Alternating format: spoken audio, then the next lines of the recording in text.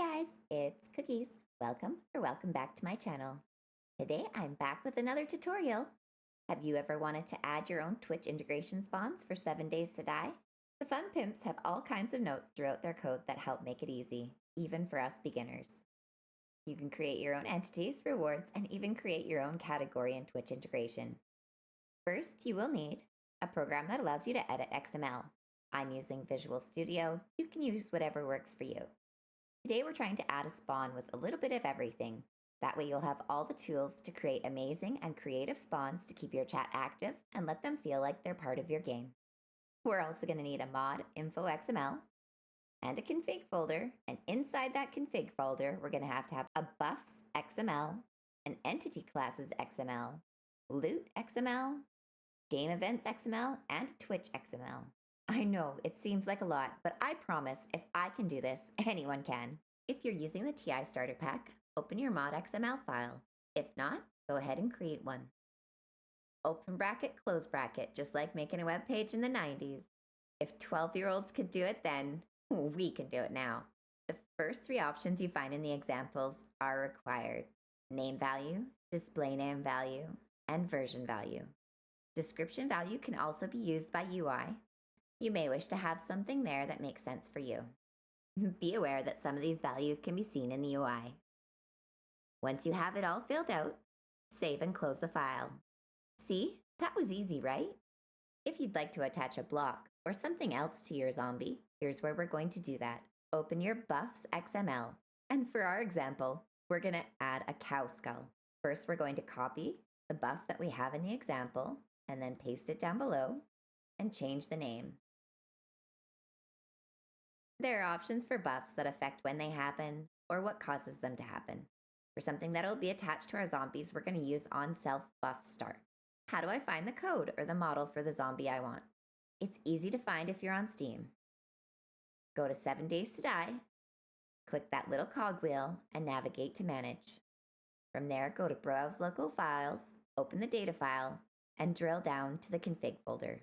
Click on the blocks XML and open it in your editor. Now you can use Ctrl F to search for the block you want. If you don't know the block name, you can find it in Creative. First, hit F1.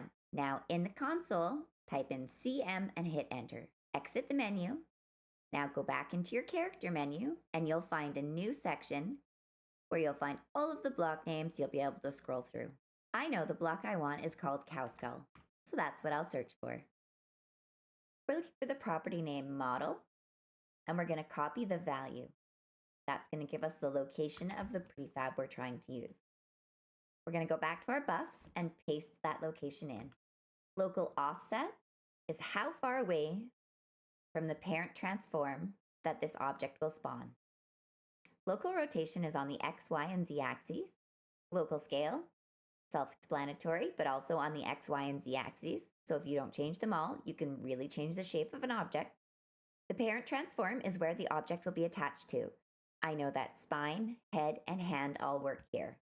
And in this case, I would like to change this to the head because I want that cow skull to appear on my zombie head. Just a quick side note here. Not every zombie needs to have a buff, but it does keep them interesting.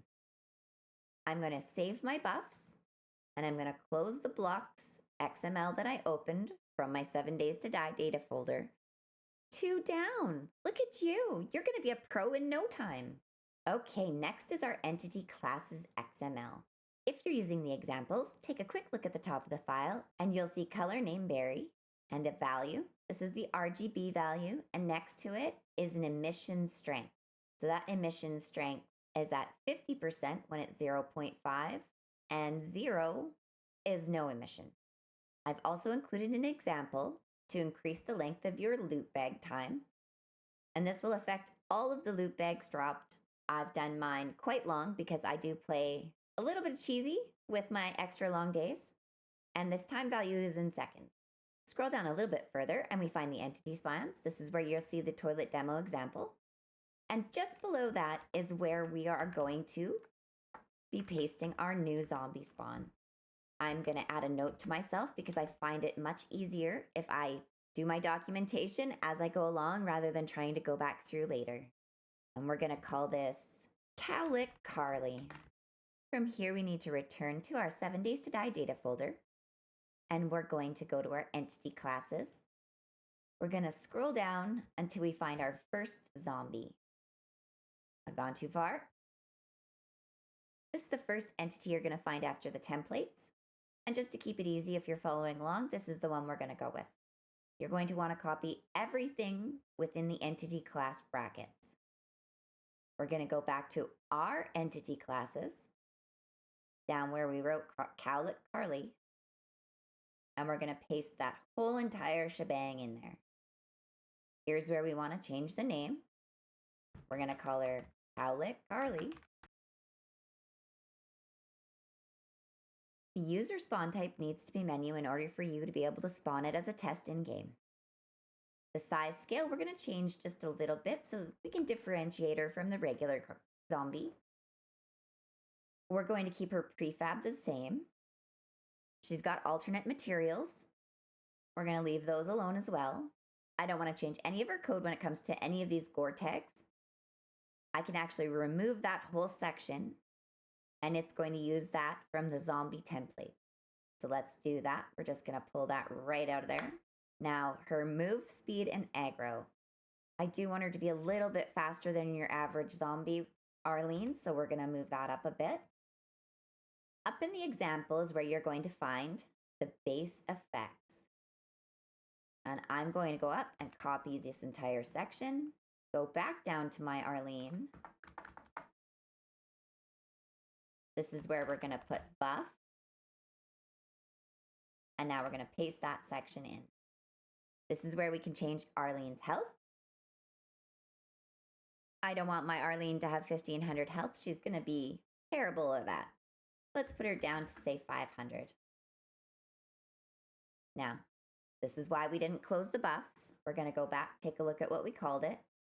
We called it Cow Skull. So I'm going to copy and paste that just so I make sure that I get the name exactly the same or it's not going to work. Once that's pasted in, I can make sure my buffs are saved and close the file. There are other values we can change, like jump distance is available for us. You can add extra block or attack damage with a zombie hand item. The best way to do that is to copy and paste one from inside the 7 Days to Die data folder, entity classes XML. You can just search hand item and there'll be different options for you to choose from. You can also create your own. We can adjust how much experience the zombie drops at death, and we can even change the ability of whether or not the zombie will drop a loot bag. You can choose what kind of a loot bag that zombie will be able to drop, and if you wanted to, you could even create your own zombie loot bag as well. If you search loot drop entity class, you'll find the different values for entity loot container. Entity loot container regular are the yellow bags that your average zombie drops, and I believe entity loot container strong are the red ones. If you created a color up at the top, now is the time to add it. We're going to add in property name equals matte color. Value is going to equal berry, and then we need to add a closing tag. Let's just scroll up. Make sure berry is how I wrote it. Yes, perfect. Scroll back down. If we want to give our zombie spawn a reward, what we can do is we can create a new crate. I've copied and pasted the one in the example. I'm going to call this new one Cow Crate. I don't know if I want it to be a pass and gas prefab, but I'm okay with that for the moment. If I wanted to change that, I would go into the entities and find the names of different crates and give it a change. The loot list on death. This is where we're going to need to create our loot name. I'm going to call it something very similar to this. We're going to call it Twitch Cookies Cow Crate. Very, very creative. We're going to save this one. And now we're going to head on over to the loot XML. And here we have an example of a loot group and a loot container. First, we must create our loot group. These are all the items that are going to be in your crate or have a possibility of spawning in your crate. And we're going to call this Cow Crate Loot. I want it to have all, so I'm going to put count all. But if you wanted it to spawn only a few of these items that are randomly generated, then you can put different numbers in here. If you put a 1, comma, and a 3, it will spawn you either one of these items or possibly up to 3 of these items, but it might be the same item 3 times. You can put individual items in loot groups, or you can add other loot groups to new loot groups. The new loot groups must come at the bottom. So let's think of the kind of loot that perhaps our Cowlick Carly would give us. I'm thinking something ridiculous. What would a Cowlick Carly have? I think Cowlick Carly's probably going to be packing some rotten flesh. And I think Cowlick Carly's probably going to be packing maybe a hay bale for funsies. And we're going to reopen our blocks because I think hay bales are blocks. Do a quick search. Hay bale square, hay bale round. I think Carly's not that strong, so we're going to give her a square bale over a round bale. And what I'm going to do is I'm going to copy an item up here, paste it here, make sure I get my naming correct, and then delete that one. I'm going to put a count in because I don't want there always to be a hay bale. So we're going to say from 0 to 1 hay bale. I'm going to copy and paste this. And I figured she will have some rotten flesh as well. And rotten flesh is an item and not a block. So I'm going to close my blocks again. Go back to my 7 Days to Die data folder. I'm going to open the items XML. Control F is your friend, guys. And we're going to search for rotten flesh. Categorized as a food, horrifyingly enough, but there it is. We're going to copy and paste the name. And I want there to be maybe 5 or 10. Now you can add as many items or as few items as you like to your new loot group, but I think that'll do for our Cowlick Carly. Next, we're going to give it a loot container. So I'm going to copy and paste the example. I'm going to change the crate name. This is where we're going to go back to our entity classes, find the loot list on death value for the crate we just created. Copy the name, and make sure that we replace the name of this new loot container. Now you can decide how many of these show up, what size they are, destroy on close. I always like to destroy it on close. You can change the sounds, how fast the box opens. You can change your loot quality template. I tend to leave these things alone, but make sure you change your item group name to the loot group you just created, or you won't have the correct loot in the box. And now we can save our loot file, move him over here, and next we're going to move on to our game events. If you're looking to spawn just one zombie, you can use the top example.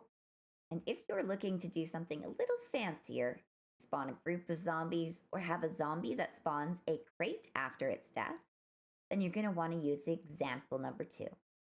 And should you just want your chat to be able to give you some goodies, I would use example number 3. For ours, we just want to spawn us an Arlene that can give us a crate. So we're going to copy example number 2. And again, I cannot stress enough how important it is to have documentation. It will help you so much if you're looking for errors later. So I've pasted in the action sequence and we're going to call it spawn Cowlick Carly. We're going to go back to our entity classes, find our zombie name, copy, and we're going to paste it into the entity names. In our case, we do want zombie that is a single choice. Spawn count of, let's go 3. They're kind of strong. I'm going to change the group name to cows. Then I'm going to go down to wait for dead, and I'm going to check that target group. I'm going to make sure that says cows as well. We just want these 2 to match so that it targets the correct group of zombies. I've added a delay so that after the zombies are dead, the box doesn't spawn immediately. Then it's going to play a sound, and then we'll spawn our container. So we need to now go back to our loot. We're going to copy and paste our loot container name into our game event where it says spawn container, entity names, and the value will now be our new container name. We're going to save our game events. If you would like a different alert sound, you can search the game events XML for more. But for the moment, we can save our game events XML. Now we've told the game it can spawn us the entity, and it knows after the entity has passed away, we are allowed to get the crate. The goodies. We've got one-stop left in this crazy event. Let's go. Open your Twitch XML. At the top of the one in the example, you'll find category name equals custom, display name equals chaos cookies. You can change this display name and it will change the name that they will see at the top of one of the categories in the Twitch integration panel. That way you can have your very own. We're going to copy our action and paste it down below. The action name is going to be Twitch Cowlick Carly. Command, we want to have something short and sweet here. I'm going to go with Cowlick Carly because I'm stuck on that right now. I am going to put her in my custom category. I'd like her to start being able to spawn immediately just so I can do a test, but I can change this after. So now I'm going to go back to my game event, double check, copy and paste my action sequence name. So my action sequence name is my event name. The point type is how your chat is going to pay. Is it going to be pimp points? Is it going to be special points? Or is it going to be bits? In order to test, I suggest doing pimp points or special points. Default cost is the amount of bits or points that they're going to have to pay. The next is positive. If this is just a crate spawn and you're getting goodies, then that's an example of a positive spawn. If this is a zombie spawn, then it's false. If you don't want your chat to be able to spam this over and over again, make sure to add a cooldown. And that's it, guys. You've made it through the hardest parts. Our next step is to do a test. So what we're going to do is we're going to go to our 7 days to die folder, back out of the data area. Make sure to close out of all of your XML files before we go try and do a test. And in your main 7 days to die folder, there should be a spot called mods. And if there isn't, then just create a folder named mods and make sure the first one is capitalized. Open that up. We're going to copy our Twitch integration examples into our mod folder. Now here comes the moment of truth. We're going to do a test. So let's launch the game. I'm going to call mine TI test so that I can find it later. F1 for the console. DM for the debug menu. F1 turns the console off. U puts on your God mode. F6 brings up your spawn entities. And now we're going to search for Cowlick Carly. Oh my goodness graciousness. That is far too much emission. Now, honestly, she just needs a few adjustments. So let's open up our entity classes XML again. And up where we've added the emission, I'm going to take it down to 50% from the 70% I had it at. Click save. And now I'm going to reload 7 days to die. All right, guys. Moment of truth. F1 for the console. DM for debug menu. F1 makes it all go away. U for God mode. F6. And we're gonna search for Carly. There she is. She's still really bright. And her cow skull is around her waist. More adjusting. So the cow skull is attached to her spine instead of her head, from the look of it. Or I need the offset to go up. So X goes that cross, Y goes up and down, and Z goes back and forth.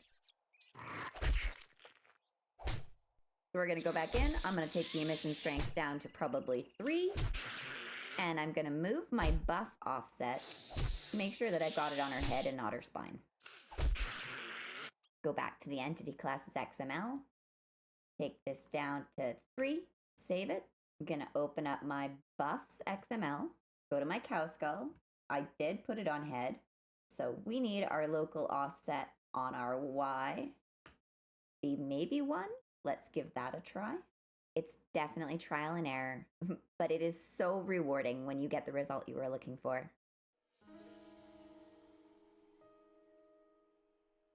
F1, DM. F1 to make it go away. U for God mode. F6. And there's Carly. She's still really bright. The bloom is high. And so is the cow skull. So I think we're going to split the difference, 0.5. And we're going to take that down to 0.1 for the emission. Let's give it a go. We're going to head back to our buffs XML. We're going to change that local offset to 0.5. Save that. Entity classes. Take that down to maybe, let's try 0.1 and see where that gets us. It can't hurt to try. We've saved them both. Now we go hop back into the game again. All right, guys, you know the drill. F1. DM. F1 again. Q. So I've decided I want 0 emission. She's bright enough already. I'm going to save that. I'm going to go back to my buffs. Now I found 0.5 to be a little bit too high, so I'm going to try 0.4. And I'm going to go back and start the game again. Here we go again. F1. DM. F1. Q.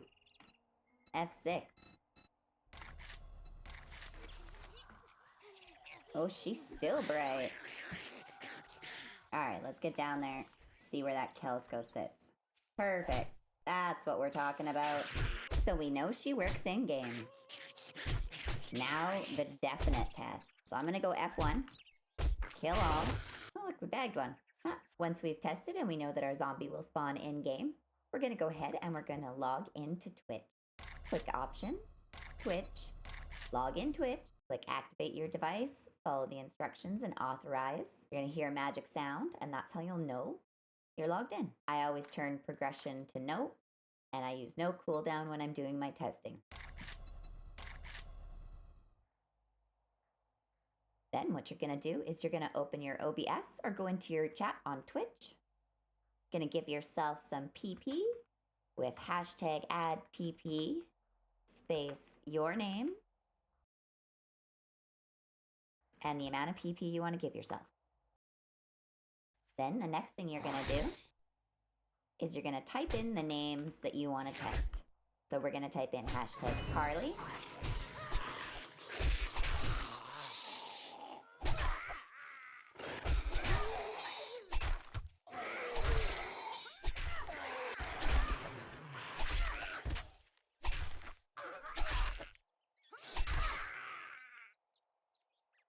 And now we're going to try the Carly's option and see if it works. So hashtag Carly's. And here we have a bunch of Carlys. Look at them all.